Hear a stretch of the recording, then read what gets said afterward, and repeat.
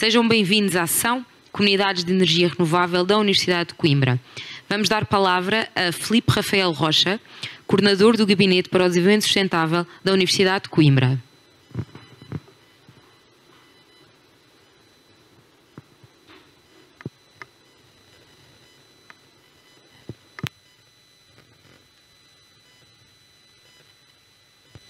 Em nome do reitor da Universidade de Coimbra, professor Amílcar Falcão, e da pró-reitora, professora Patrícia Pereira da Silva, que tem a responsabilidade de acompanhar a temática do desenvolvimento sustentável na Universidade de Coimbra, agradeço, na qualidade de coordenador do Gabinete para o Desenvolvimento Sustentável, a presença de todos e de todas que se encontram aqui no auditório das Águas de Coimbra e que estão a assistir à distância via streaming. A Universidade de Coimbra há já alguns anos que se associa à organização deste evento, a Semana da Responsabilidade Social, e este ano, por acrescidas razões, não poderia deixar de o fazer. E refiro por acrescidas razões pelas comemorações dos 20 anos da entidade organizadora, a Associação Portuguesa de Ética Empresarial, efeméride à qual a UC também se associa, aproveitando aqui para endereçar publicamente os merecidos parabéns. A nossa colaboração com a APE e com a Global Compact Network Portugal é já longa, e a explicação é simples, e se têm apercebido, ela tem estado a passar aqui nos ecrãs, nos intervalos das sessões da Semana da Responsabilidade Social de 2022, sob a forma de 5 pequenos vídeos dedicados ao nosso compromisso e às nossas metas, e eu diria, mais do que isso, às nossas ações no âmbito dos 5P, pessoas, planeta, prosperidade, paz e parcerias, e com os Objetivos de Desenvolvimento Sustentável da Agenda 2030 das Nações Unidas. Irei passar a palavra aos oradores da nossa sessão de hoje, dedicada a comunidades de energia renovável, e irão perceber o porquê do tema, que mais uma vez está relacionado com aquilo que tem sido a ação da Universidade de Coimbra. Darei a palavra ao professor Manuel Gameiro, que será o moderador da sessão. Professor catedrático do Departamento de Engenharia Mecânica, é presidente da direção da Associação para o Desenvolvimento da Aerodinâmica Industrial e coordenador da Iniciativa Energia para a Sustentabilidade da Universidade de Coimbra desde 2017. Coordenando o doutoramento em Sistemas Sustentáveis de Energia, o mestrado em Energia para a Sustentabilidade e o recém-criado mestrado em Cidades e Comunidades Sustentáveis, curso em parceria no âmbito da Universidade Europeia e CTU European Campus of City Universities. Desejo a todos e a todos uma boa sessão. Infelizmente não poderei acompanhar na totalidade, uma vez que também terei de nos deslocar à Fundação Carlos de Gulbenkian, onde decorre neste momento o Fórum Mundial para a Cidadania e Educação, onde também irei efetuar uma apresentação sobre responsabilidade social da Universidade de Coimbra, que por coincidência é exatamente à mesma hora. Agora sim, sem mais demoras, vou passar a palavra ao professor Manuel Gameiro, que tomará conta da sessão a partir daqui. Muito obrigado. Muito obrigado, Dr. Filipe Rocha.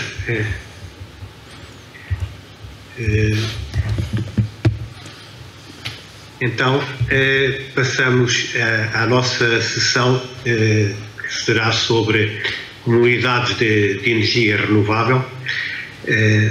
Começo naturalmente por agradecer, digamos, à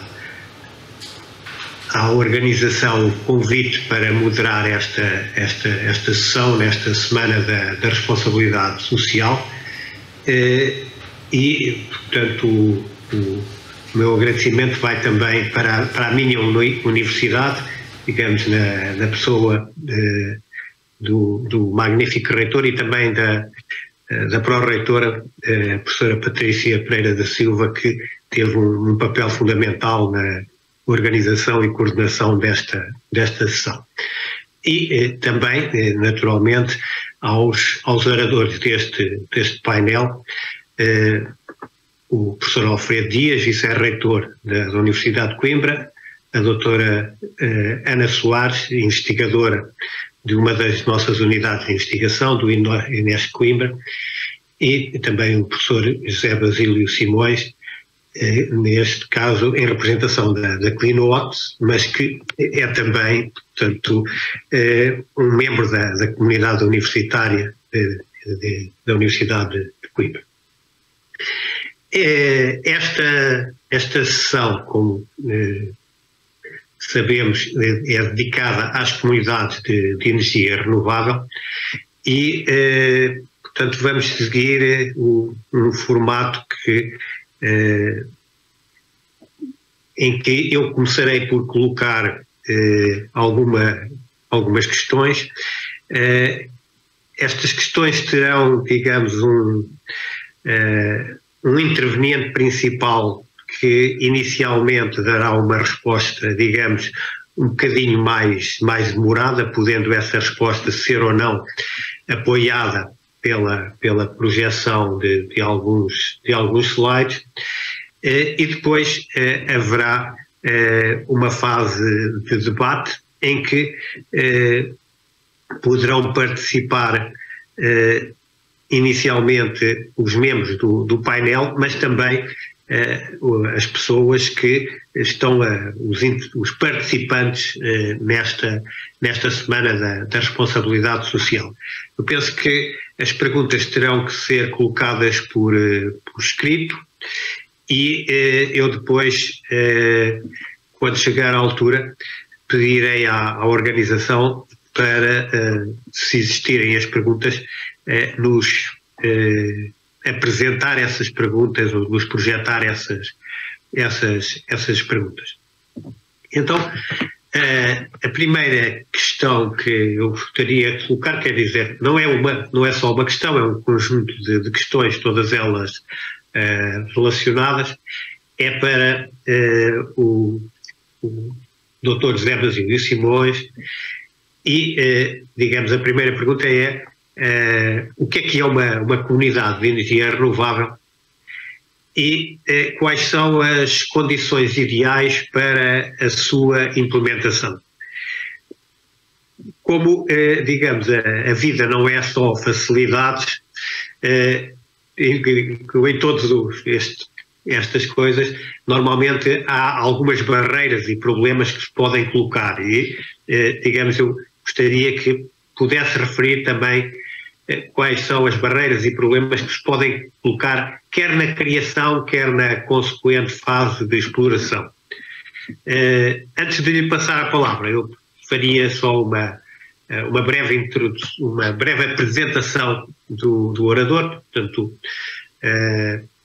o professor Basílio Simões é um empreendedor e um business angel com mais de 30 anos de experiência profissional. Atualmente é presidente em Portugal e cofundador da CleanWatts, uma empresa tecnológica portuguesa, líder mundial em comunidades de energia. Anteriormente fundou várias outras empresas, das quais podemos destacar a ISA, Intelligent Sensing Anywhere, que foi uma empresa pioneira em telemetria para o setor de oil and gas, e que foi a primeira empresa portuguesa admitida à Bolsa das PMEs, portanto, o NISE Alternate Lisbon, em 2012. Na sua atividade de Business Angel, investiu em mais de 30 startups desde 2010, em especial no setor da energia, das quais podemos destacar a VPS, Virtual Power Solutions, e a Energia Simples. É licenciado em Engenharia Física e doutorado em Física Tecnológica pela Universidade de Coimbra, onde foi professor durante mais de 20 anos nas áreas de Física, Eletrónica e Instrumentação. E, ultimamente, portanto, é professor convidado de Empreendedorismo e Inovação Tecnológica nos últimos 10 anos. Portanto, penso que o professor Basílio ainda se recorda das minhas perguntas, mas, portanto, o que é uma comunidade de energia, condições ideais para a sua implementação e barreiras e problemas na criação e na fase de exploração. Ok, muito boa tarde a todos, muito obrigado pelo convite para estar aqui assim presente e pela introdução que já foi feita. Eu também há barreiras e há condições ideais e não ideais. Eu também não estou aqui nas minhas condições ideais, não consegui chegar aqui ao escritório a tempo e estou a fazer aqui esta participação a partir do carro e aqui com o meu smartphone, e eu não consigo partilhar os slides. Não sei se eu tinha preparado uns slides para ajudar aí na resposta. Não sei se é possível algum dos colegas de painel partilhar, senão também falo sem eles, também não há problema. Eu penso que da organização isso poderá ser feito. No entanto, eu também poderei ir à procura deles. Pedimos ao anfitrião, que é a APE, para fazer a autorização de partilha. Só um momento, por favor.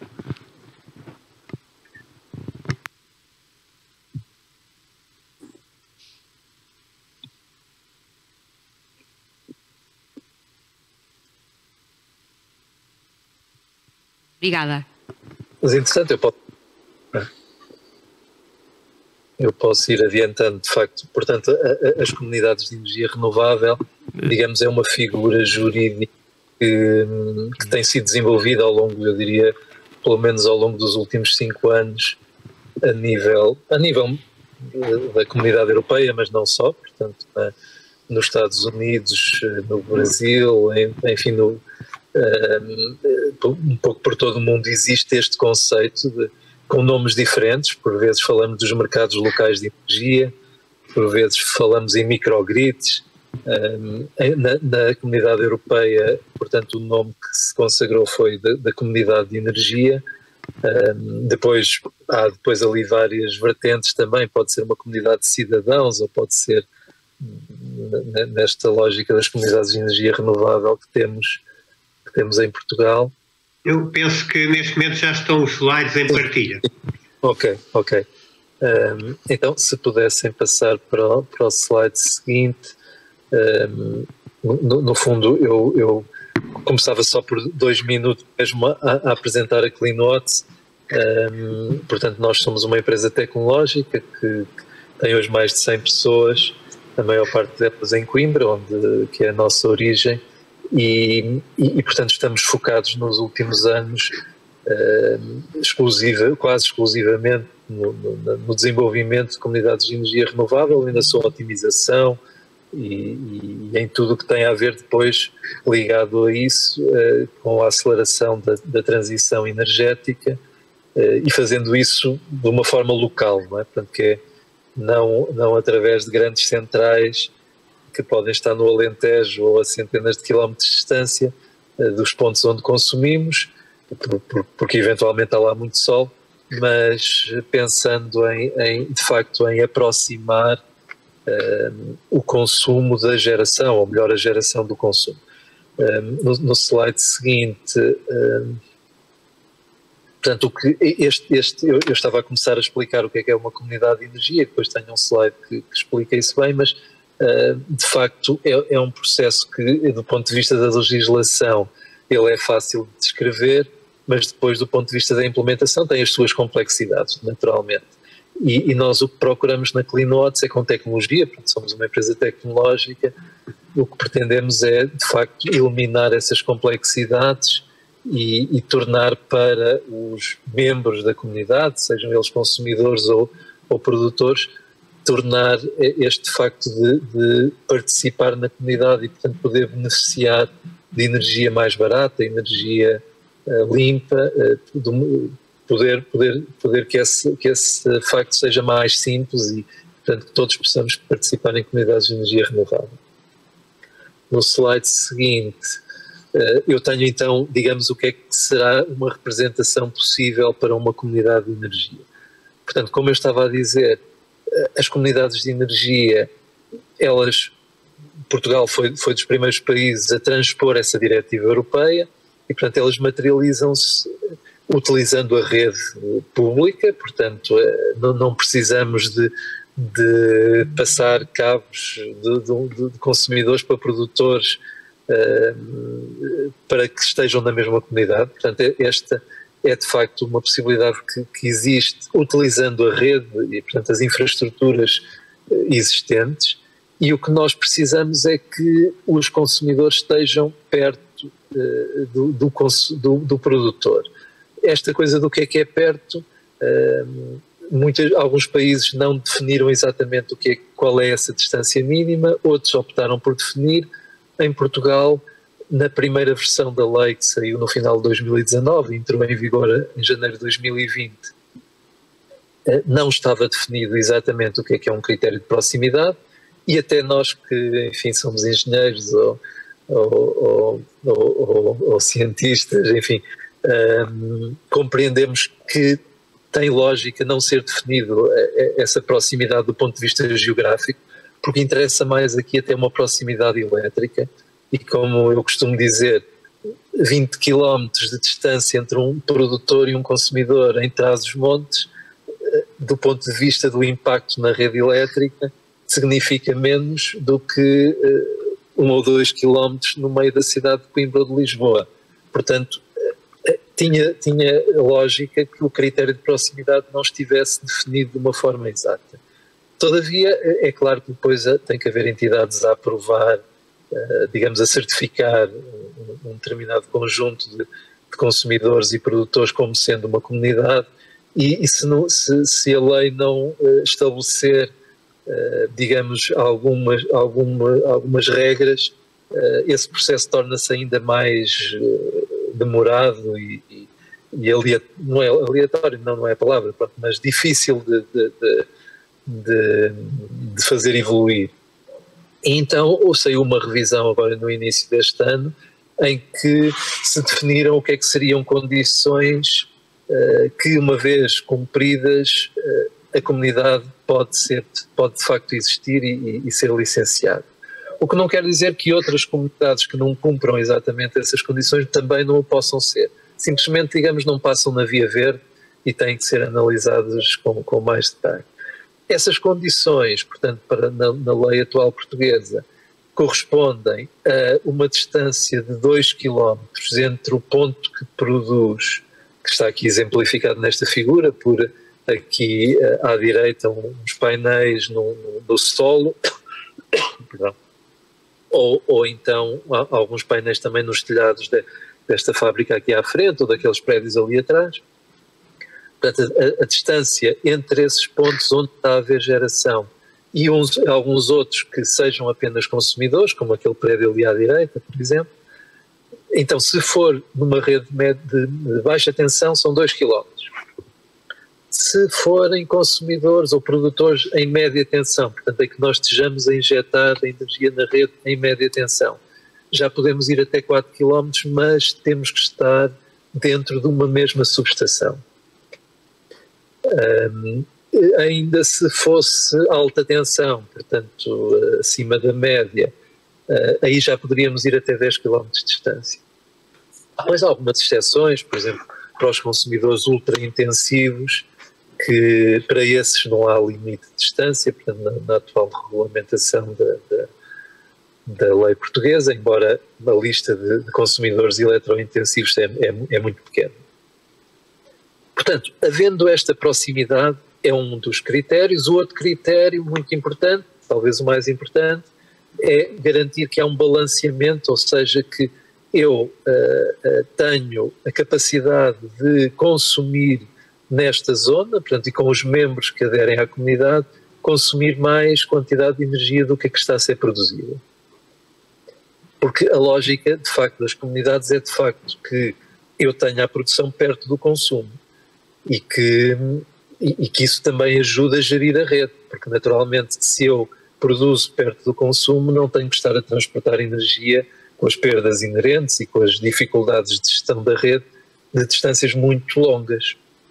Portanto, eu, ao fazer esta aproximação entre consumidores e produtores, acabo por estar a contribuir para uma melhor gestão da rede e acabo por reduzir as perdas, além de que, portanto, a lei também obriga a que seja energia renovável. Portanto, pode ser solar, pode ser eólica, pode ser hídrica, pode ser biomassa se for de origem natural também. Portanto, tem que ser energia renovável, tem que estar na proximidade e tem que garantir que tenho mais consumo do que produção. O que não quer dizer que não possa haver excedentes em alguns períodos de tempo. E é aí que nós entramos como Clinotes, enfim, está ali aquele símbolo que representa o nosso sistema operativo de gestão da comunidade, portanto, no meio. Portanto, nós, com a nossa plataforma e com os nossos dispositivos de medida, fazemos as medições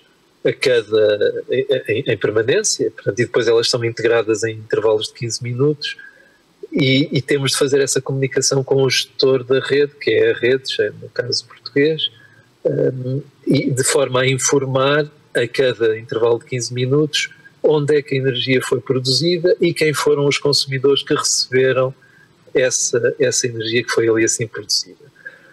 Se por acaso, num determinado intervalo de 15 minutos, porque as pessoas estão todas no trabalho e não estão em casa, por exemplo, e está a haver geração, houver excedente, esse excedente naturalmente ele acaba por ser absorvido pela rede e isso é tolerável, portanto, isso.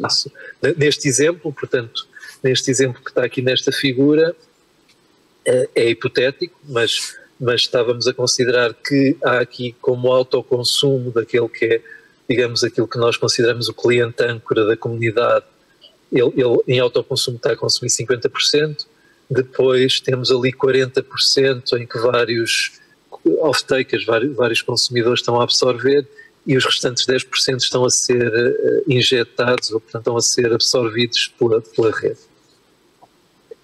Passando para o slide seguinte.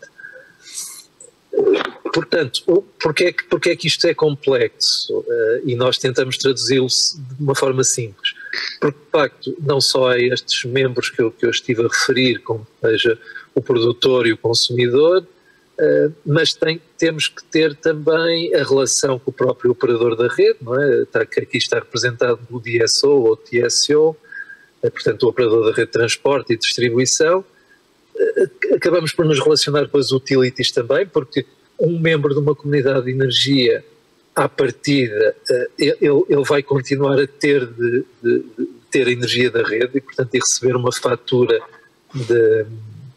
do fornecedor da rede, porque se for solar vamos ter só algumas horas de sol durante o dia. É difícil eu ter com energias renováveis 100% do tempo e das minhas necessidades garantidas. Claro que posso colocar baterias e isso é permitido também pela lei, portanto eu posso ter baterias na rede ou behind the meter, portanto nas nossas instalações, como fazendo parte da comunidade e, portanto, no limite eu de facto podia produzir bastante durante as horas de sol, armazenar e depois consumir à noite, mas isso do ponto de vista económico não é o mais sensato e não é o mais viável, embora haja muita gente que é obcecada e que quer se tornar de facto independente e pode o fazer com a tecnologia que hoje está disponível. Depois nós temos que nos relacionar com outros stakeholders, não é? Portanto, é necessário haver aqui investimento, naturalmente, porque temos que, se for solar, temos que investir nos painéis solares e nós também procuramos simplificar isso, ou seja, nós montamos veículos de investimento e, portanto, há muito dinheiro disponível no mundo hoje em dia para ser investido em sustentabilidade, em energias verdes, e nós acabamos por canalizá-lo para este tipo de projetos, portanto, mantendo a relação e remunerando esse tipo de investidores. Depois também temos que ter as relações com os reguladores e com as autoridades de energia, com a Direção-Geral de Energia, e passando um bocadinho aqui para a segunda parte da pergunta, as dificuldades. Eu comecei por dizer que temos uma boa lei e fomos pioneiros, portanto fomos o primeiro ou o segundo país na Europa a fazer essa transposição da diretiva e a termos uma lei que permite montar comunidades de energia, mas depois, como enfim também infelizmente é um pouco habitual, não temos regulamentos à altura e não temos a máquina, digamos, da proteção destes dossiês não está devidamente oleada e há uma lista de espera imensa que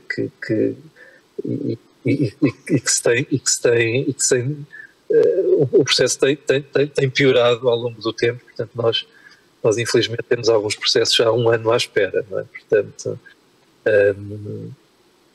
portanto isto descredibiliza-nos perante os nossos clientes, porque acabamos por estar a prometer coisas que depois, afinal de contas, acabamos por não cumprir ou cumprir só parcialmente, e esse é o obstáculo maior, é de facto, nomeadamente a Direção-Geral de Energia, estar dotada dos recursos humanos e tecnológicos que lhes permita aprovar, licenciar, para verificar facilmente, ou então alterarmos o paradigma, como nós muitas vezes já temos recomendado, porque não, dado que a lei é clara, porque não permitir que haja uma autocertificação, portanto, e que as comunidades possam ser, portanto, há uma entidade que faz parte também da lei que se chama Entidade Gestora do Autoconsumo, portanto, e é esse papel também que a CleanWatt se propõe a desempenhar, e que é a entidade que garante que a comunidade funciona e que cumpre as suas regras e que comunica com os vários atores. Essa entidade podia autocertificar a comunidade e depois tinha que haver naturalmente inspeções e verificações a posteriori, mas isso permitia que as coisas avançassem. E assim como já existe autocertificação para muitos outros processos, não é? que já existem há mais tempo. Mas, portanto, estas são as dificuldades que temos hoje. Depois há dificuldades também a nível, digamos, camarário, porque se estivermos a falar de instalação num telhado, o processo pode andar rapidamente. Quando estamos a falar de instalação num terreno, tem que haver ali intervenção, portanto, de agências de proteção ambiental, da Câmara Municipal, etc., que, mais uma vez, há um discurso político que acaba por não estar alinhado depois com a prática, com a praxis do dia-a-dia e acabam por nos exigir estudos e pareceres que não fazem nenhum sentido e que atrasam todos estes processos. Felizmente também agora há pouco tempo saiu mais um decreto-lei que vem, digamos, simplificar bastante esse processo e dizer que tudo o que sejam centrais até 1 megawatt que poderão ser, portanto, executadas com mera comunicação prévia. Portanto, nós acreditamos que com esse decreto-lei que as coisas possam avançar de facto muito mais rapidamente. Já agora, passávamos só rapidamente os outros slides, só para completar. Aqui, como eu disse antes, portanto, nós, com a nossa tecnologia e sem necessidade do cliente ter de investir e com o conhecimento que temos da área, procuramos então tornar esta transição energética mais fácil e fornecer uma solução-chave na mão para uma coisa que à partida é complexa.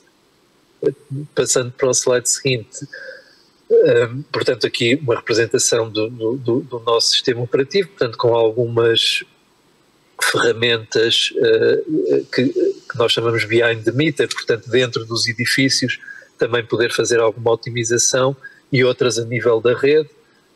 No slide seguinte, portanto há uma descrição um bocadinho mais detalhada dessas ferramentas, eu não vou entrar aí, mas uma das coisas que eu não falei, por exemplo, é a interface com os mercados de energia, porque naturalmente nós vamos continuar, como eu dizia há pouco, a ter de receber energia da rede e ela é mais barata numas horas, mais cara noutras e, portanto, uma boa gestão de uma comunidade de energia acaba por, recorrendo a storage ou recorrendo à possibilidade de flexibilidade de algumas cargas, seja, por exemplo, a inércia térmica de um edifício permite-me que eu aqueça ou arrefeça de uma forma que não tem que ser contínua, não é? Portanto, eu posso desligar o aquecimento durante 15 minutos, que isso não me vai afetar grandemente, portanto, as minhas condições de conforto térmico no edifício,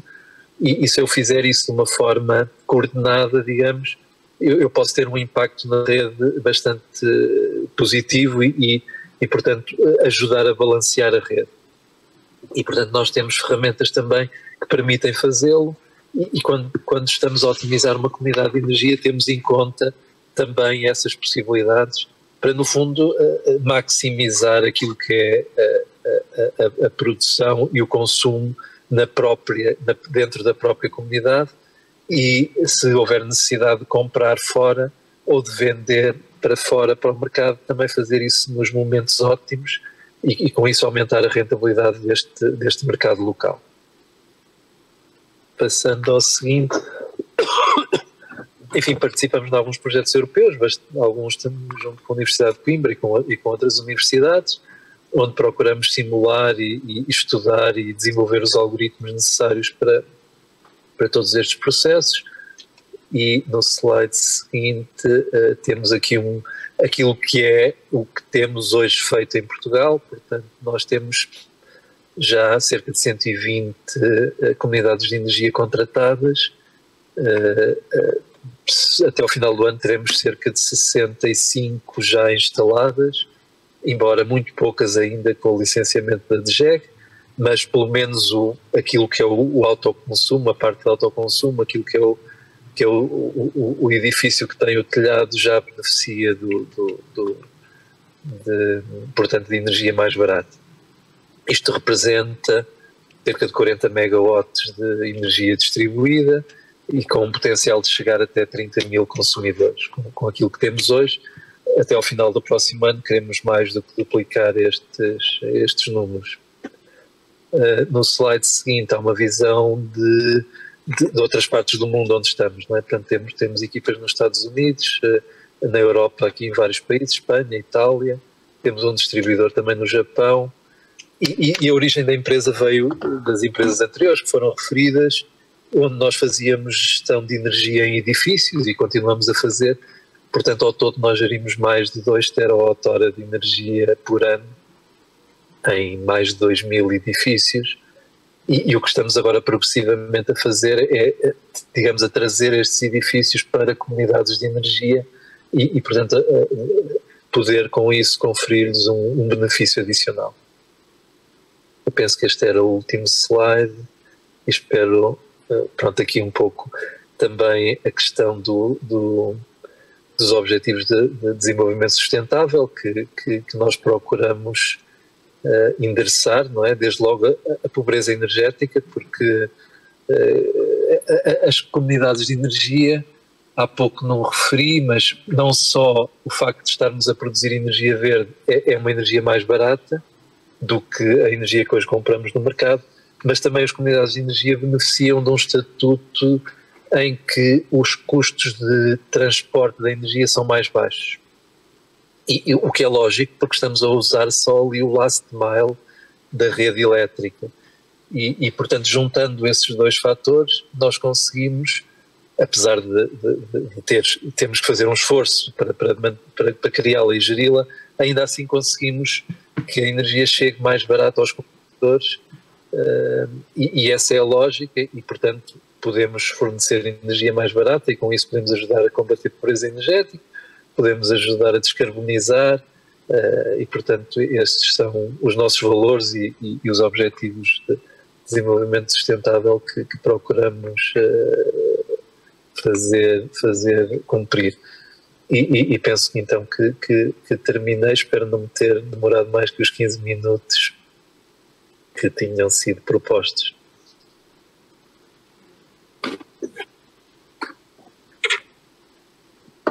Foi um bocadinho mais, mas eu acho que como esta apresentação, no fundo, era como que a fundação do nosso, da nossa sessão, não é? Porque era importante a percepção do que é exatamente o que é uma comunidade de energia renovável, quais são os problemas que se podem colocar.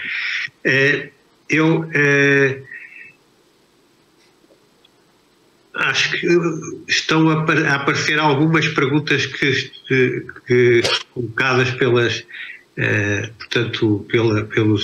pelos participantes. Não sei se a doutora Ana Soares ou o professor Alfredo Dias querem colocar alguma questão nesta fase. Para já eu não ia colocar nenhuma questão, muito obrigado.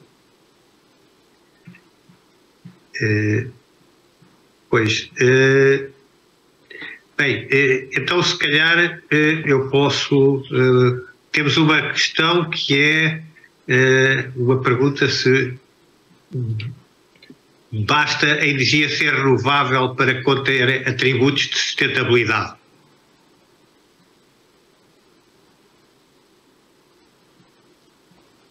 Sim, aqui se calhar o professor Manuel Gameiro está mais preparado para responder do que eu.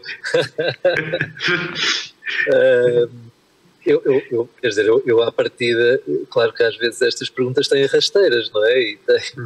E têm segundas intenções, mas à partida eu diria que sim, não é? Eu diria que sim, nós temos que procurar de facto utilizar energia de fontes renováveis que pelo menos à nossa escala temporal são inesgotáveis, não é? E portanto isso garante a sustentabilidade do nosso planeta, pelo menos à nossa escala temporal, não é?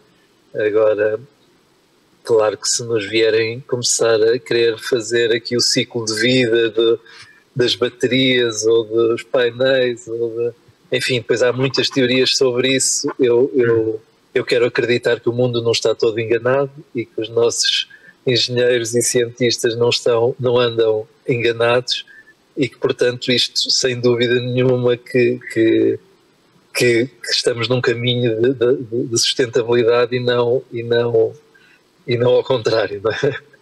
Portanto, pois é para responder que sim.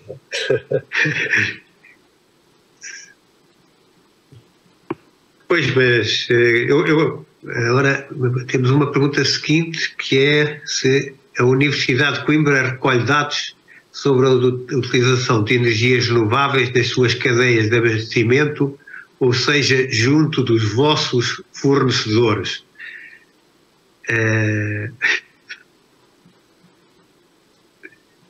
Bem,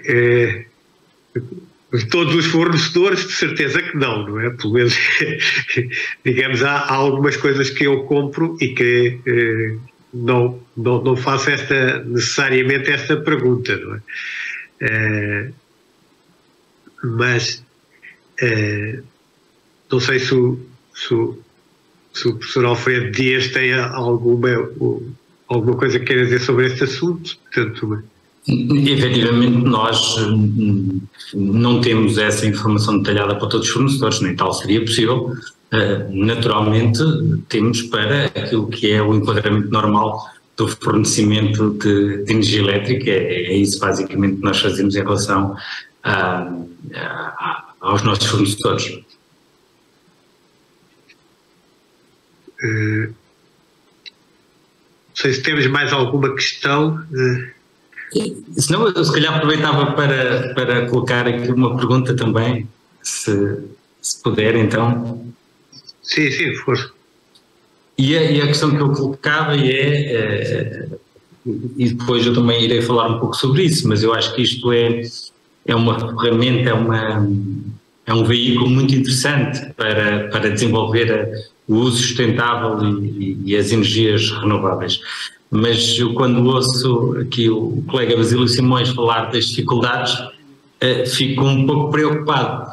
Até que ponto é que está confiante o Basílio que nós vamos conseguir ultrapassar estas dificuldades que existem neste momento e que nós vamos conseguir aproveitar esta enorme oportunidade que nós temos no nosso país com as energias renováveis e com o contexto internacional que temos em relação à energia? Eu sou otimista por natureza, não é? E acho que sim, que vamos conseguir ultrapassar. Portanto, a nível governamental há um interesse e um foco muito grande em conseguir ultrapassar estes obstáculos e eu estou a ver algumas medidas a serem implementadas, assim, mais recentemente, que se calhar não com... O que nos dizem é que a partir de janeiro as coisas estarão regularizadas e que vão começar a fluir. Eu sei que as pessoas que dizem isso ainda são mais otimistas que eu e, portanto, já não faço contas a que seja janeiro, mas acredito que no primeiro trimestre, que de facto uma famosa plataforma que está há muito tempo em desenvolvimento e, portanto, e que irá automatizar estes processos, que esteja de facto disponível e que, entretanto, também daquilo que soubemos, está a haver já algum reforço de quadros também na Direção-Geral de Energia e, portanto, acredito que terá mesmo que ser, não é? Isto não faz nenhum sentido, quer dizer, isto é remar contra a maré, quando há tudo o resto, não é? Portanto, há o sol, há interesse dos consumidores, há investidores interessados, há tudo, há as ferramentas, há as empresas, há tudo, e depois é a obtenção de um papel que ainda por cima não tem dúvidas nenhumas, não é? Porque eu diria 90%, nós já nem nos atrevemos a pedir a aprovação de alguma coisa que seja um bocadinho mais sui generis, não é? Portanto, pedimos aquilo que está exatamente enquadrado com a lei para que não haja dúvidas. E o que nós pedimos é que pelo menos essas sejam aprovadas o mais em tempo real possível, e eu acredito que sim, que vamos lá chegar, e acredito que 2023 que seja um ano realmente de afirmação das comunidades de energia, não apenas no discurso, mas na prática, de facto. Eu penso que antes havia uma questão sobre até que ponto é que nós, como país, estávamos a aproveitar bem as energias renováveis, o que é que, e penso que seria tanto quanto me recordo era quais têm sido os principais obstáculos, portanto, e isto era o potencial energético solar e eólico. Sim, sim. Então, nós no eólico fomos também pioneiros e muito bem, não é? E hoje existe uma indústria pelo mundo inteiro de eólico, onde Portugal, se calhar fizermos um ranking dos países e das empresas que são líderes de mercado no eólico, Portugal aparece listado muitas vezes no topo, e portanto foi uma aposta boa que Portugal fez, e há uma contribuição grande para o mix energético, mas apenas no eólico. No solar estamos atrasadíssimos, portanto não fizemos muitíssimo pouco. Depois também o reforço das redes, que apesar das comunidades de energia poderem atenuar um pouco essa necessidade, mas ele tem que existir e está atrasado. Portanto, as redes não estão preparadas para a injeção de mais energia renovável, nem para a injeção nem para o consumo, não é? Nós estamos a assistir à eletrificação de toda a economia, portanto temos que reduzir a dependência do gás, e dos combustíveis fósseis, temos carros elétricos, temos bombas de calor nas nossas casas, ninguém nos vai impedir de comprar o carro elétrico ou a bomba de calor, e portanto os consumos vão inevitavelmente e estão a aumentar, e portanto a rede tem que estar preparada para isso. As comunidades de energia ajudam nesse processo, mas as coisas não têm andado à velocidade que deviam e que têm que andar, não apenas do investimento, mas também a nível regulatório, porque ainda se continuam a ter critérios da possibilidade ou não de injeção na rede que não fazem sentido hoje em dia. Com a tecnologia que existe, onde eu posso facilmente em tempo real ligar ou desligar uma central remotamente, eu posso fazer daqui para os Estados Unidos, muito mais posso obviamente fazer aqui dentro da nossa própria rede, e portanto se nós aplicássemos a tecnologia disponível, nós poderíamos tolerar muito mais injeção de energia na rede, e que esta penetração das renováveis fosse muito superior. Bem, eu penso que teremos que passar para o interveniente seguinte, porque eu acho que o professor Alfredo Dias até tem um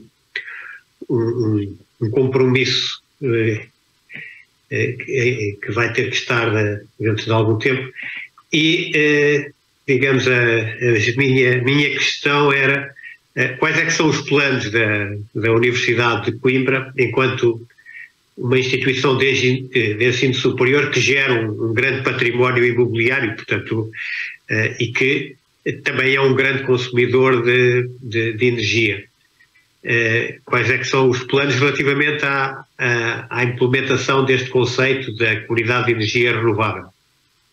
E complementava esta pergunta: de que forma é que estes projetos se inserem no plano de desenvolvimento estratégico da Universidade de Coimbra e que impacto é que acha que eles podem ter nos indicadores de sustentabilidade da Universidade. Portanto, nós sabemos que a Universidade de Coimbra aposta claramente em ser, portanto, uma instituição sustentável. Conhecemos a posição que tem nos rankings internacionais e que é a instituição de ensino superior portuguesa mais bem classificada e, portanto, passo-lhe a palavra, faço só uma pequena introdução, apresentação. Portanto, o professor Alfredo Dias é licenciado em Engenharia Civil e mestre em Estruturas pela Universidade de Coimbra, é doutorado em Engenharia Civil pela Universidade de Delft, nos Países Baixos, é professor associado com a agregação do Departamento de Engenharia Civil da Universidade de Coimbra. Desde 2019 ocupa o cargo de vice-reitor da Universidade de Coimbra. Portanto, eu penso que deve ser um dos maiores gestores de condomínio do país. Portanto, uma vez que tem a seu cargo a área das infraestruturas e do edificado. É membro de diversos comitês técnicos nacionais e internacionais ligados aos produtos, soluções construtivas e dimensionamento estrutural. Muito boa tarde a todos os que nos estão a ouvir. Começo por cumprimentar todos e agradecer o convite para estar nesta sessão sobre comunidades de energia renovável. Procurando responder de uma forma bastante direta à questão que me foi colocada, a Universidade de Coimbra tem um plano estratégico, tem uma linha de orientação estratégica relacionada com sustentabilidade ambiental e energética. E, portanto, ela, digamos que começou a ser implementada logo em 2019 e ela foi, no fundo, a base que depois conduziu a esta intenção de constituir uma comunidade de energia sustentável. E, efetivamente, os trabalhos para a constituição desta comunidade e os estudos começaram já há quase 2 anos, porque efetivamente afigurava-se desde logo como uma solução muito interessante. Só para termos, para a Universidade, só para termos uma noção, a Universidade de Coimbra tem efetivamente um património muito vasto, cerca de 500 mil metros quadrados, e consome por ano aproximadamente 16 gigawatts de eletricidade, com uma fatura energética que ronda os 2 milhões de euros, o que é um valor muitíssimo significativo. E representa também uma emissão de CO2 muito significativa, próxima de 3.600, quase 3.700 toneladas de emissão de CO2, correspondente a este consumo elétrico que eu referi. O que quer dizer que qualquer linha de orientação estratégica na área da sustentabilidade ambiental e energética tinha que abordar a questão da energia e dos consumos energéticos. E ela era, eu depois falarei um pouco mais disso, ela tinha várias vertentes, mas uma das vertentes que tinha era precisamente a produção de energia através de fontes renováveis. Esse é um caminho que já vinha de trás. Nós temos produção de energia fotovoltaica, a energia renovável que nós temos é fotovoltaica, em coberturas de muitos edifícios, e já produzem alguma energia. No entanto, à escala daquilo que é o consumo que nós temos na Universidade de Coimbra é muito baixa e, portanto, a intenção era desde a primeira hora nós aumentarmos de forma significativa essa produção e o consumo de energia renovável produzida por nós próprios. Nós aí temos algumas dificuldades que resultam das características do nosso edificado e as características da nossa infraestrutura. Nós temos na cidade de Coimbra 3 polos, que são em zonas bastante distantes ao nível daquilo que podemos dizer que é distante numa cidade como Coimbra, e depois temos ainda edificações e infraestruturas como o Estádio Universitário, a Faculdade de Economia e outros que estão fora destes polos. Por outro lado, os nossos maiores consumos energéticos ocorrem no polo 1, no nosso polo mais antigo, que é classificado Património da Humanidade e onde nós temos fortíssimas condicionantes à colocação de painéis fotovoltaicos nas coberturas. E, efetivamente, não é impossível colocar, mas eu diria que não é viável colocar áreas de painéis fotovoltaicos que tenham significado perante aquilo que são os nossos consumos lá. Mas, por outro lado, temos outras zonas, nomeadamente no Polo 2 e outros espaços que a Universidade de Coimbra tem, onde temos essa capacidade. O que quer dizer que, para viabilizar tudo isto, a figura da comunidade de energia renovável afigurou-se como muitíssimo interessante. E, se calhar, ela sim, esta figura pode viabilizar os nossos objetivos. E, portanto, a Universidade de Coimbra quer ser neutra em carbono em 2030 e quer atingir o net zero em termos de consumos energéticos. Tal só será viável se nós tivermos a capacidade para produzir em locais distintos daqueles onde nós temos o grosso, o essencial do nosso consumo. E, portanto, daí evolui-se muito rapidamente para a ideia de termos uma comunidade de energia. Aqui a nossa comunidade tem ainda uma outra vertente que eu julgo poder ser também muitíssimo interessante, que é nós somos uma comunidade académica, constituída por docentes, corpo técnico, estudantes, uma comunidade com dezenas de milhares de pessoas. E, portanto, significa que nós temos todas as ferramentas para conseguir produzir a eletricidade que consumimos e, provavelmente, encontrar uma forma de, dentro da nossa comunidade, de tentar não só atingir o objetivo net zero, mas também conseguir dar dentro dessa comunidade, se calhar envolvê-la em todo este processo da comunidade energética. Ora, é esse o nosso objetivo, é nisso que nós estamos a trabalhar e que esperamos vir a atingir o mais rápido possível. No ano 2023 temos a esperança e a expectativa que vamos aumentar em muito a nossa produção de energia fotovoltaica e em 2024 ainda mais, portanto, com o escalar e o aumento daquilo que é a nossa produção fotovoltaica. Naturalmente que estas metas são ambiciosas, são para nós muito importantes, mas como está claro, não dependem só de nós e dependem de entidades externas e, portanto, teremos de trabalhar em conjunto com elas para tentar implementar. Ainda agora a segunda parte da questão, de que forma é que estes projetos se inserem no plano de desenvolvimento estratégico da universidade, eu elencaria só aqui naquelas linhas de orientação estratégica relacionadas com a sustentabilidade, ambiente e energia. Nós tínhamos atingir a neutralidade carbónica, tínhamos desenvolver medidas para termos menos tráfego no Polo 1, no centro da cidade, com recursos a motores de combustão, incentivar projetos académicos, produção científica relacionada com sustentabilidade. Tínhamos promover as fontes de energia renovável, implementar medidas de eficiência energética, entre outros, sendo que estes eram os principais e aqueles que julgo que aqui são neste momento mais relevantes. E é fácil de perceber que toda esta estratégia de enverdar por energias renováveis, produzirmos a energia e a consumirmos ou a colocá-la ao serviço da comunidade, enquadrava-se e permitia atingir estes objetivos.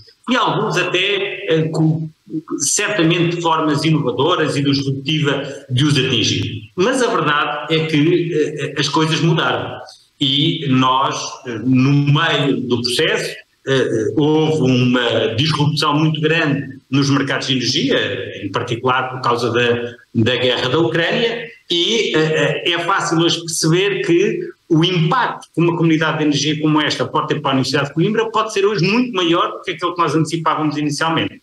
Porque quando nós olhamos para os consumos energéticos da Universidade de Coimbra, na casa dos 2 milhões de euros por ano de eletricidade, tanto energéticos só eletricidade, 2 milhões de euros e nós teríamos um custo que será 1/3, eventualmente até 1/4 daquele que teremos no próximo ano. O que significa que só para a Universidade de Coimbra nós facilmente poderemos estar a falar em 4, 5, 6 milhões de euros de acréscimo de despesa corrente para acomodar os consumos energéticos. E por muito eficiência, por muito que nós nos tornemos mais eficientes no uso de energia, por muito que nós procuremos reduzir os consumos, nós estamos sempre a falar de montantes muitíssimo significativos. O que quer dizer que facilmente se depreende que se no passado era um contributo decisivo para atingir esta iniciativa era um contributo absolutamente decisivo para atingir esse objetivo, eu diria que hoje ainda o será mais, porque permitirá, em muito mais vertentes do que aquelas que permitia no passado, ajudar a Universidade a atingir os seus indicadores de sustentabilidade.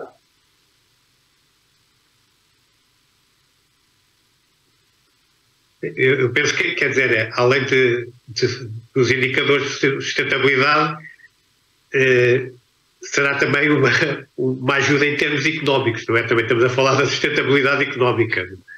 Certamente que sim, mas muita, e nós precisamos, essa componente é essencial, para nós conseguirmos atingir outras, como a requalificação de espaços, que nós temos feito em grande medida. Nós vamos ter que cortar em algum sítio, e se tivermos de fazer cortes, não pode ser, há muitas variáveis onde nós não temos essa possibilidade. E se calhar algumas das que vão ressentir mais são precisamente aquelas estratégias que estavam montadas de eficiência energética, de práticas ambientalmente mais amigas, de requalificação para diminuir o gasto de água, etc, etc. Porque são aquelas onde nós podemos ter a opção de não as fazer de imediato. E por isso é verdade que é sustentabilidade financeira, isso é verdade, mas isso vai redundar em mais dificuldades na sustentabilidade ambiental. Não tenho qualquer dúvida sobre isso. E por isso é que eu digo que se era essencial há 2 anos atrás, hoje é ainda mais importante. Não sei se algum dos colegas de painel quer colocar alguma questão relacionada com este assunto, ou o professor Alfredo Dias.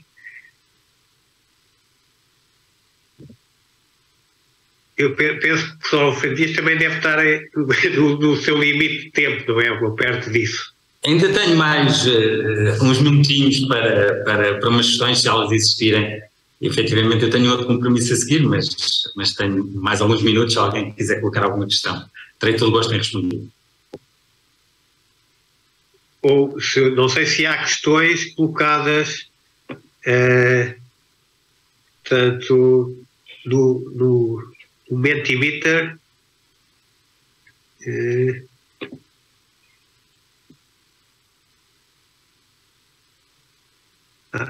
portanto, como é que funcionam os contratos de energia na UC e se existe alguma fidelização ou se podem ser negociados facilmente? A universidade é uma entidade pública e, portanto, está sujeita à contratação pública. Nós vamos ao mercado, adquirimos através de um concurso, fazemos um contrato de aquisição de energia por um determinado período. O último contrato que nós fizemos foi de 2 anos e termina a 23 de fevereiro portanto, média tensão, e termina a 23 de fevereiro do próximo ano. Portanto, é um contrato que tem um preço muito simpático e é um contrato que nós não vamos conseguir naturalmente renovar por um preço igualmente simpático.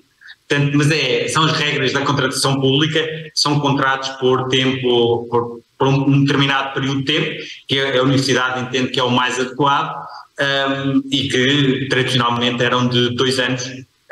Agora poderá ser diferente dado o atual contexto, poderemos considerar outros prazos, mas a lógica será exatamente a mesma, um concurso público para fornecimento de eletricidade nos diversos pontos de entrega que nós temos. Agora temos uma outra questão, que é, esta é difícil, como avaliar onde podem ser então feitos os cortes? Que cortes? Devidos ao aumento do custo de eletricidade? Eu penso que devem ser os cortes orçamentais, não é? Portanto, naturalmente que nós, se confirmar, não estamos nessa situação neste momento, mas se confirmar que vamos ter uma fatura de eletricidade bastante mais elevada, há certamente há algumas rubricas onde nós não poderemos cortar e terá que ser noutras.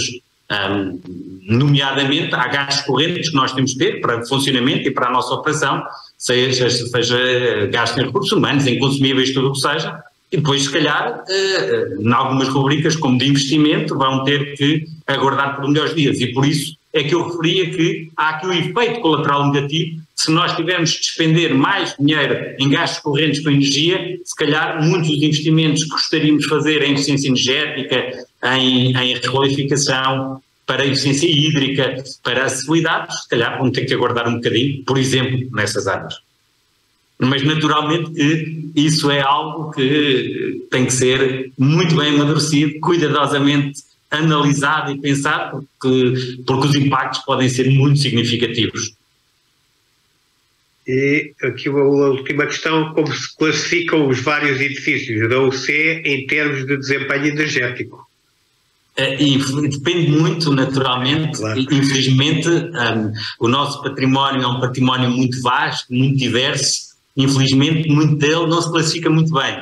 Em particular, o património classificado não se classifica muito bem, porque é um património antigo, com muito valor, mas que tem a esse nível algumas dificuldades. Nós estamos continuamente em processos de melhoria, sempre que temos requalificações, a componente energética está naturalmente lá sempre por várias vias, da parte térmica, da parte de iluminação, mas também a parte de eficiência hídrica também está sempre em todas as nossas requalificações.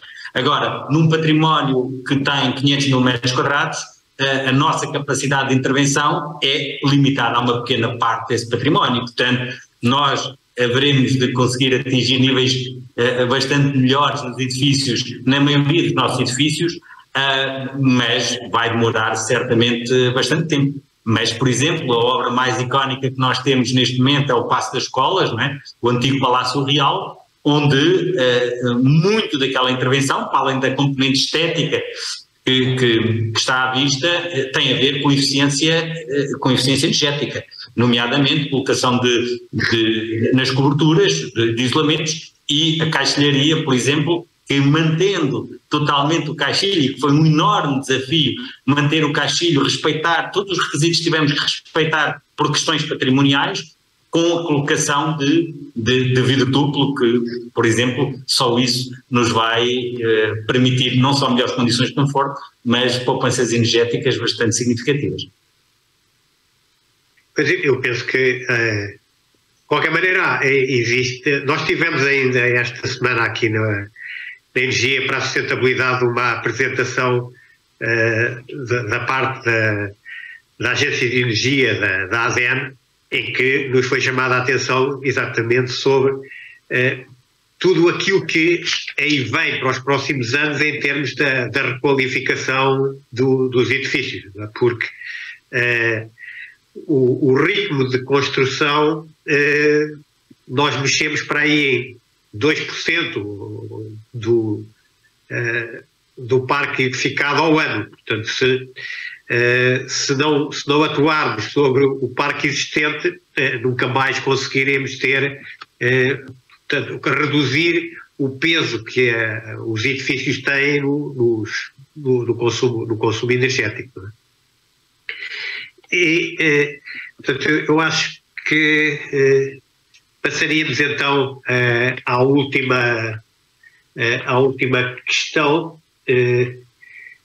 que será para a doutora Ana Soares, que é a investigadora do Instituto de Engenharia de Sistemas e Computadores de Coimbra, portanto o INES Coimbra, onde também exerce funções de apoio à gestão de ciência e tecnologia.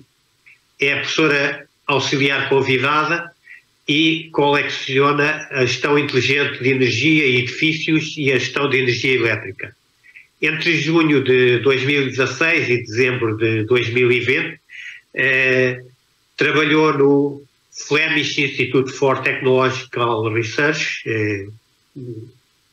que é mais conhecido pelo VITO, onde esteve envolvida maioritariamente em projetos do H2020, com o objetivo de encontrar soluções para a maximização da flexibilidade energética.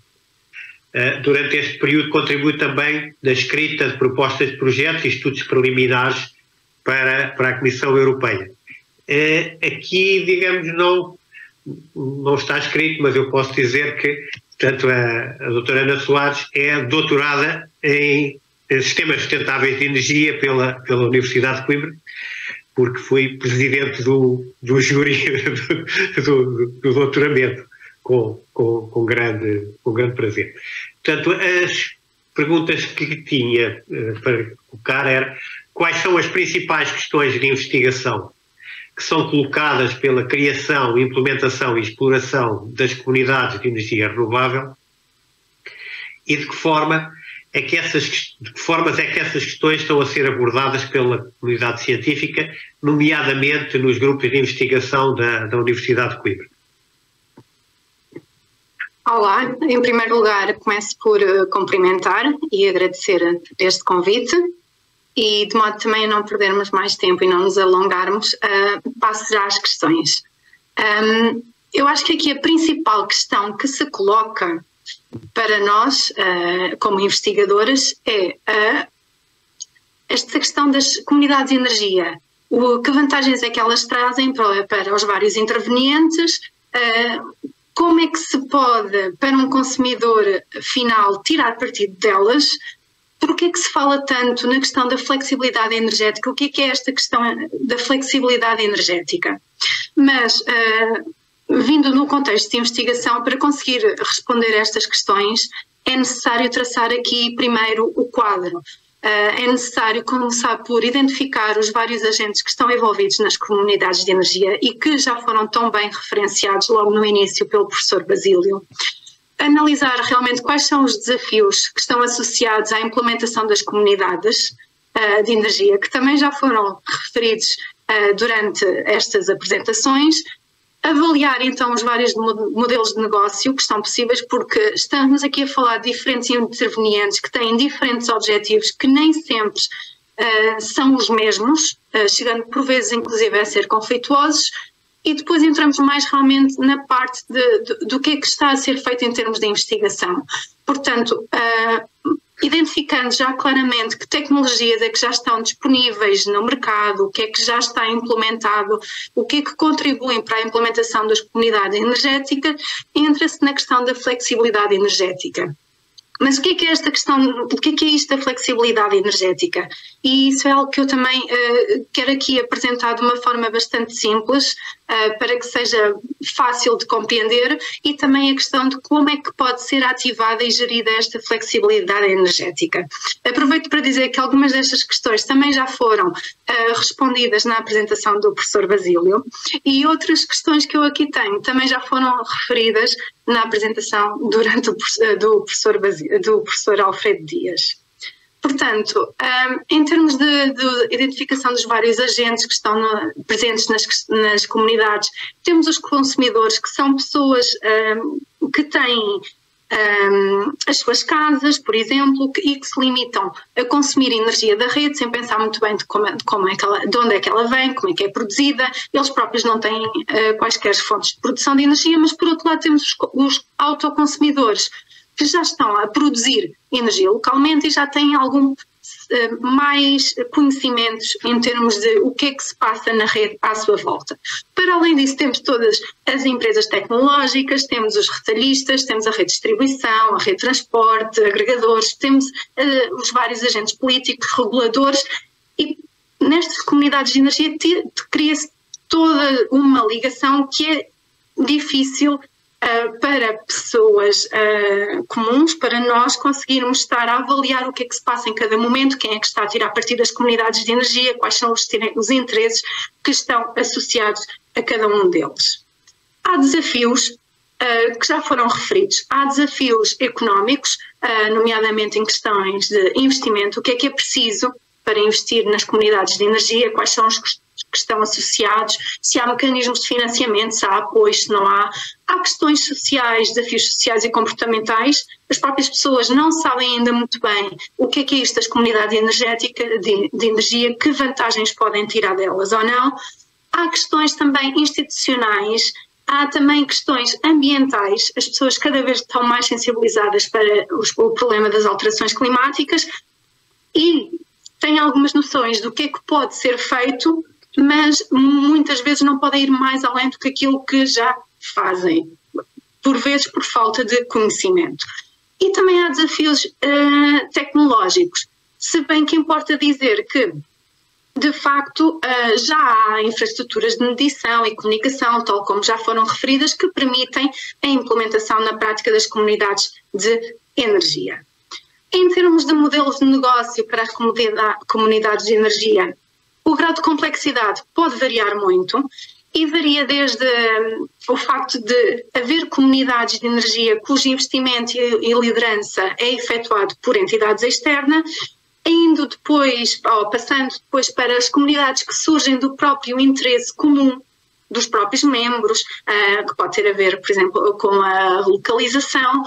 Passa-se depois para a questão da necessidade da gestão, da procura, da flexibilidade, da tal flexibilidade energética, em que pode inclusive permitir oferecer serviços de flexibilidade à rede. Eu um bocadinho mais à frente também falarei disto, e passa também pela criação de mercados locais de energia e também cooperativas para a oferta de serviços de mobilidade. Portanto, a complexidade aqui vai toda aumentando, são vários os intervenientes, são vários os objetivos. Em termos de tecnologias facilitadoras, há coisas que já estão efetivamente implementadas e que já trazem muitas vantagens para as comunidades de energia, tal como os nossos contadores inteligentes, que se tivermos a sorte de estar bem posicionados numa rede inteligente, os nossos contadores já fornecem de forma automática as medições. Temos a capacidade de produzir localmente, de forma descentralizada, energia, por exemplo, através de painéis solares fotovoltaicos instalados nos nossos telhados. E depois começamos a entrar nesta questão da flexibilidade. Nós, efetivamente, temos cargas que quer queiramos, quer não, classificá-las como cargas flexíveis para a gestão da procura, isto é um jargão, não é? Nós temos cargas em que nós, normais consumidores, já começamos a fazer uma certa gestão. Por exemplo, é muito típico as pessoas que têm uma tarifa bi-horária colocarem as suas máquinas de lavar a roupa ou máquinas de lavar a louça a funcionar durante a noite. Isso já está associado à questão da gestão da flexibilidade energética, e isto já apresenta vantagens para as comunidades de energia. Porquê? Tal como foi dado o exemplo de ter instalado um painel fotovoltaico em que está a ser produzida energia localmente numa comunidade de energia, se nós tivermos nas nossas habitações, e eu aqui dou o exemplo das habitações, cargas que possam funcionar durante esse horário de funcionamento, já estamos a tirar partido do investimento que foi feito quando a compra e a instalação desses painéis fotovoltaicos. Mas, e tal como o professor Basílio referiu, há necessidade de ter sistemas de gestão nas comunidades que possam fazer a gestão da flexibilidade existente, a gestão dos vários recursos existentes na comunidade, de forma a que haja vantagens para todos os intervenientes. Tipicamente, quando nós estamos a falar de intervenientes, eu durante a minha apresentação foco-me sempre um bocadinho mais do lado dos consumidores finais, nomeadamente dos consumidores energéticos.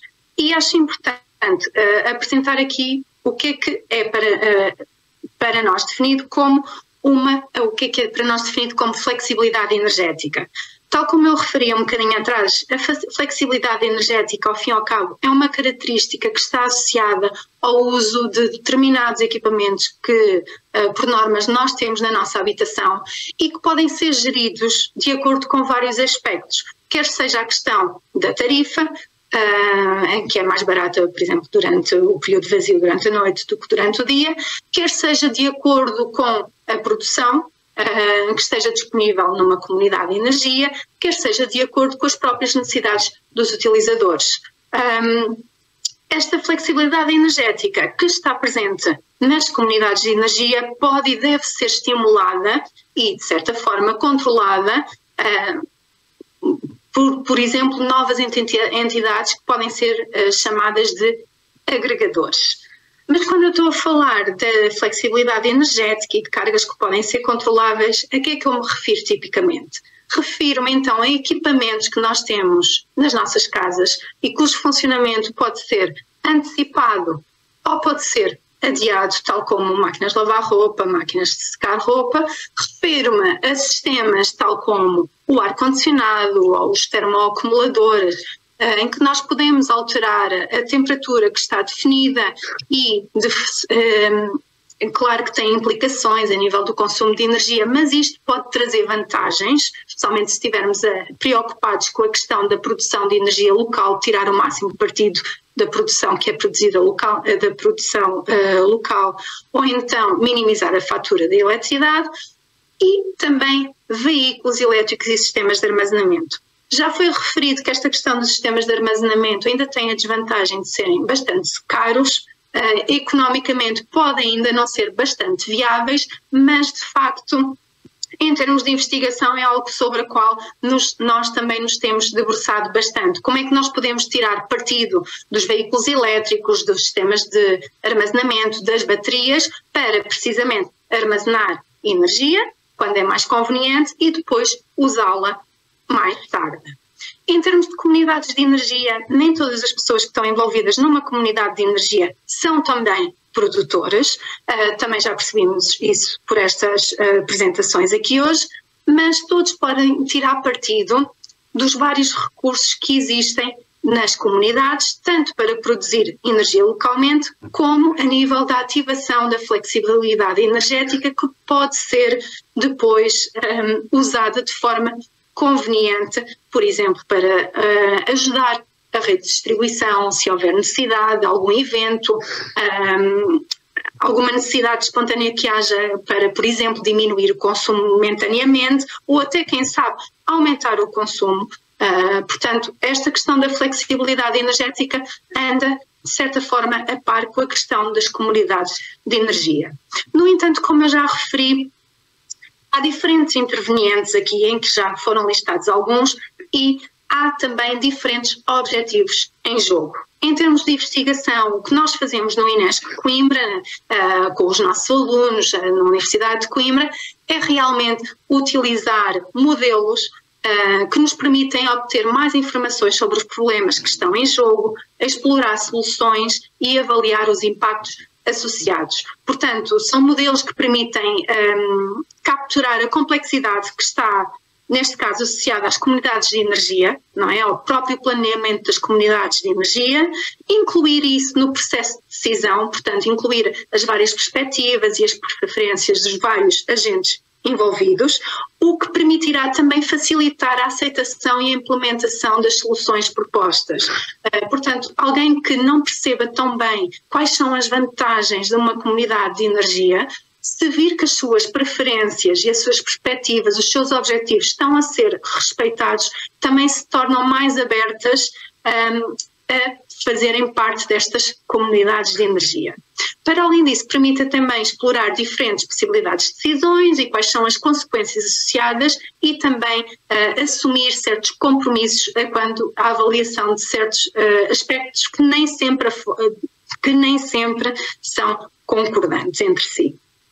Em termos de gestão a nível de recursos dentro de uma habitação e a nível de uma comunidade de energia, o que nós fazemos no INESC de Coimbra é então assegurar a otimização integrada dos vários recursos energéticos, e aqui quando falo de recursos energéticos falo dos equipamentos que temos dentro das nossas habitações, sistemas de geração local, eventualmente sistemas de armazenamento para quem já os possuir e as próprias trocas de energia com a rede.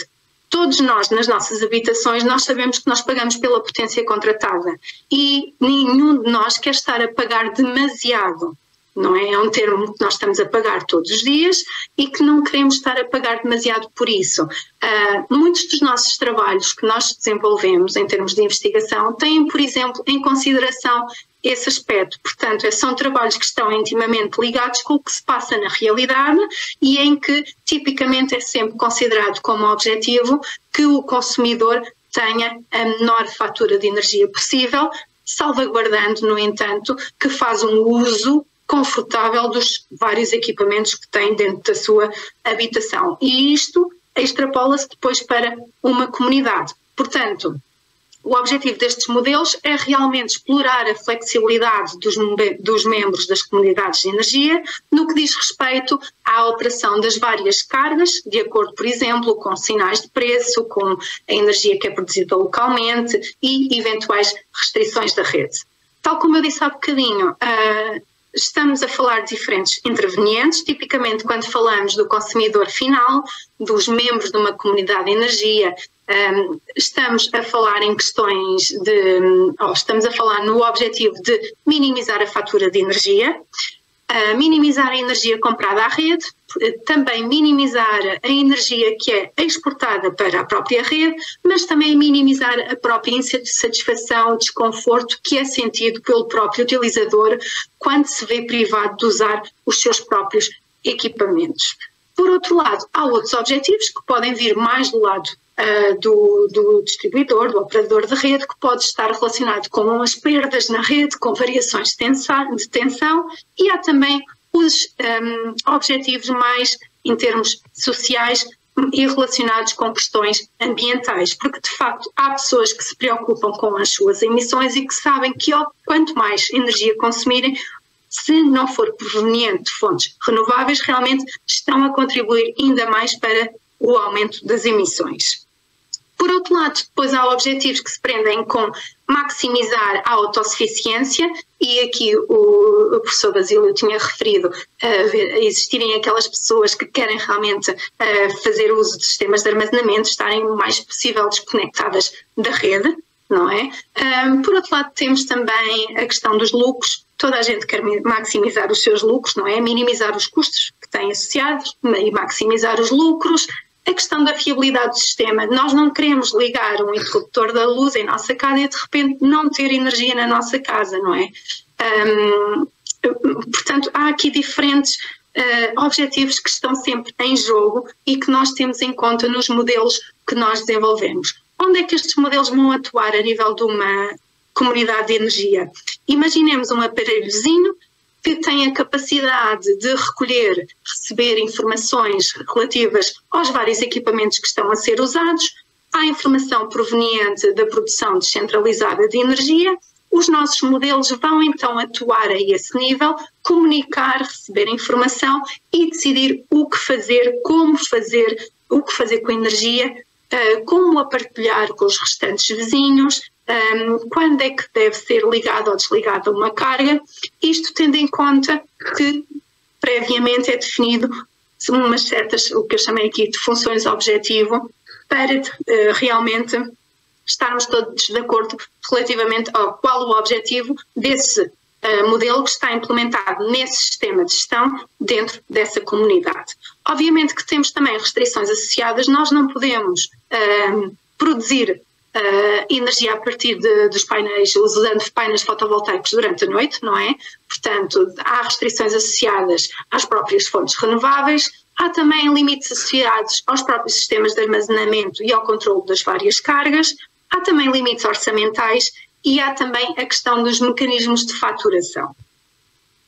Para além disso, como estamos a falar de comunidades de energia e, por exemplo, já tinha sido aqui referido as EGACs, nós no INESC o que fazemos também é considerar modelos de otimização B-level. O que é que significa? Isto são problemas em que se pretende fazer uma otimização em que há um processo de decisão hierárquico em que não há qualquer colaboração, não é qualquer cooperação entre um líder e o seguidor. Vejamos aqui o líder como uma empresa que estipula os preços e vejamos aqui o seguidor como nós, o consumidor comum, que reagimos a esses preços de energia. Se a empresa colocar os preços de energia astronomicamente altos, o que se passa é que nós vamos tentar reduzir o nosso consumo ao mínimo, fazendo com que o lucro da empresa seja pequeno. Então, estes modelos nesta situação, o que é que iria acontecer? A empresa iria provavelmente baixar o preço de certa forma até um determinado valor, de modo a que o consumidor aumentasse o seu consumo e a empresa já tivesse um lucro aceitável. Portanto, isto é outro tipo de modelo que nós exploramos muito na nossa investigação, que fazemos no INESC Coimbra, com os nossos estudantes, e para além da questão dos modelos multi-objetivo que eu referi no slide anterior. Para além disso, trabalhamos também com modelos multicritérios de apoio à decisão, e isto é importante porque, por exemplo, foi referido também durante a apresentação que há certas decisões que têm que ser feitas relativamente à instalação de sistemas de produção de energia proveniente de fontes renováveis. Há que saber comparar os vários sistemas de produção de energia, certo? E para isto há certos critérios que devem ser avaliados, quer a nível técnico, quer a nível económico, ambiental ou a nível social. Algo que foi referido, por exemplo, pelo professor Alfredo Dias, foi a questão da Universidade de Coimbra e a questão de ser património mundial. Portanto, isto é aqui outro critério, por exemplo, que pode entrar perfeitamente em consideração nos tipos de modelos que nós desenvolvemos no nosso centro de investigação. Assim, de uma forma bastante sucinta, o que eu quis aqui trazer com esta apresentação foi que realmente as comunidades de energia requerem e permitem simultaneamente uma gestão otimizada dos vários recursos energéticos, o que contribui para a transição energética, permite reduzir os recursos a fornecer pela rede e promove um maior envolvimento da sociedade, a sensibilização e aumento da literacia energética, mas, no entanto, são sistemas de energia que apresentam efetivamente uma complexidade elevada.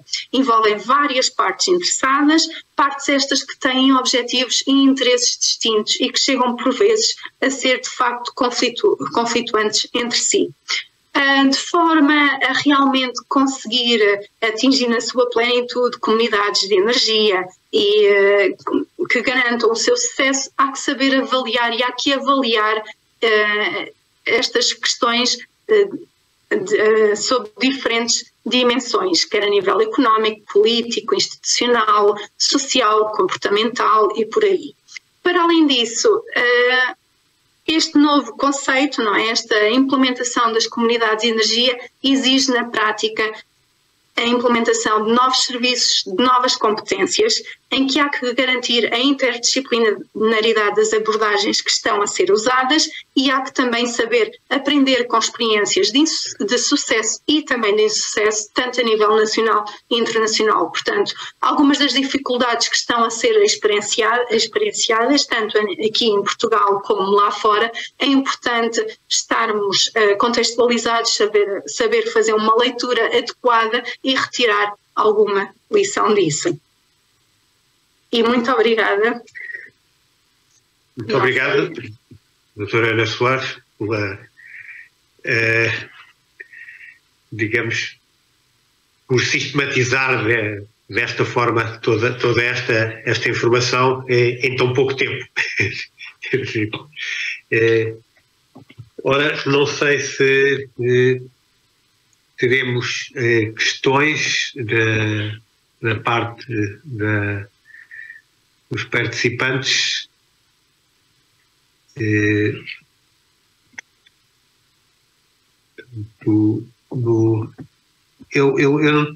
não vejo o Mentimeter, não sei se a doutora Soares consegue. Sim, consigo, mas não há questões.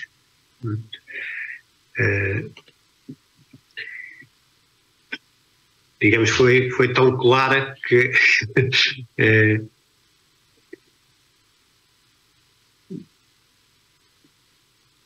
portanto, não sei se Sim, o Basílio Simões está-se a ligar, provavelmente quer lhe perguntar alguma coisa. Posso colocar uma questão, sim. Foi muito interessante a apresentação e é muito importante, de facto, todos esses temas da flexibilidade e para otimizar as comunidades. O que eu conheço alguma coisa do trabalho que tem sido feito pelo INESC, mas o que eu queria perguntar é, existe algum testbed, enfim, algum conjunto de consumidores que vocês recorram para fazer a validação em ambiente real destes algoritmos e desses processos? Neste momento ainda passa por simulações, mas é algo que nós sabemos da importância realmente de validar estas coisas no terreno, de compreender quais são as dificuldades, qual a aceitação também das pessoas e o que é que elas próprias sentem em relação a esse tipo de sistemas. Pois, temos de conseguir isso, sim. Sem dúvida. Pois, acho que há aqui uma oportunidade interessante de colaboração, não é? Pois, sim. Porque, por vezes, e eu que já estive envolvida realmente em projetos em que tinha essa possibilidade, em que eram testados no terreno, por vezes nós pensamos em coisas que realmente funcionam muito bem em termos de simulação, coisas bastante avançadas, mas depois na prática nem sempre é o que é preciso, ou nem sempre é o que as pessoas esperam. Portanto, ter essa experiência, receber o feedback das pessoas é algo essencial. Pois, digamos, uma pessoa ainda é uma coisa difícil de simular.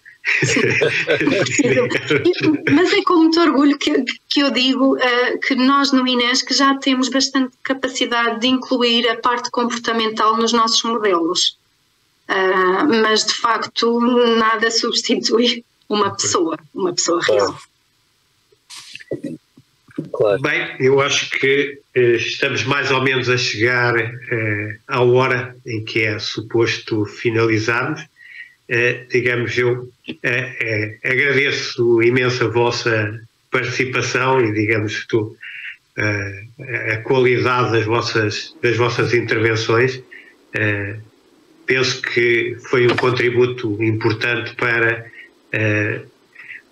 de alguma forma, melhorar a literacia das comunidades sobre o que são as comunidades de energia renovável, não é? Portanto, para que a opinião pública fique mais esclarecida sobre e de alguma forma que o conceito seja relativamente desmistificado, não é? Portanto, seja entendido melhor por todas as pessoas. Muito obrigado por toda a vossa colaboração. Muito obrigado, foi um gosto participar. Muito obrigada. Agradecemos a presença de todos os presentes e os que nos acompanharam em streaming no site da ape.pt. Amanhã voltamos às 9h30 com a sessão Global Goals Ocean Opportunities da UN Global Compact Network Portugal. Até amanhã. Deus, boa tarde. Boa tarde.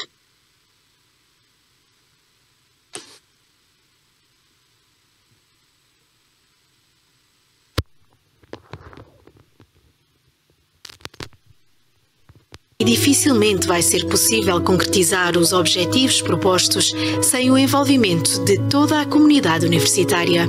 A Universidade de Coimbra dá particular atenção às parcerias, estabelecendo linhas estratégicas que se centram no desenvolvimento e intensificação de sinergias, do nível local ao nível internacional. A UC integra cerca de 27 redes de cooperação internacional, destacando-se o Grupo de Coimbra, a Associação de Universidades de Língua Portuguesa, a European University Association e a Forges, Fórum da Gestão do Ensino Superior nos países e regiões da língua portuguesa. Nesta área destaca-se ainda a Aliança EC2U, Campus Europeu de Cidades Universitárias, composta por 7 universidades históricas, com foco especial na ligação à cidade e ao meio em que se inserem. No que respeita a parcerias no âmbito da investigação, destaca-se o MIA Portugal, Instituto Multidisciplinar do Envelhecimento, centro pioneiro na área da investigação do envelhecimento. A UC participa ainda em diversas redes colaborativas, focadas no desenvolvimento sustentável, como a United Nations Academic Impact, a Global Compact Network Portugal ou a Rede Campus Sustentável. Saiba mais sobre as práticas de sustentabilidade da Universidade de Coimbra em uc.pt/sustentabilidade.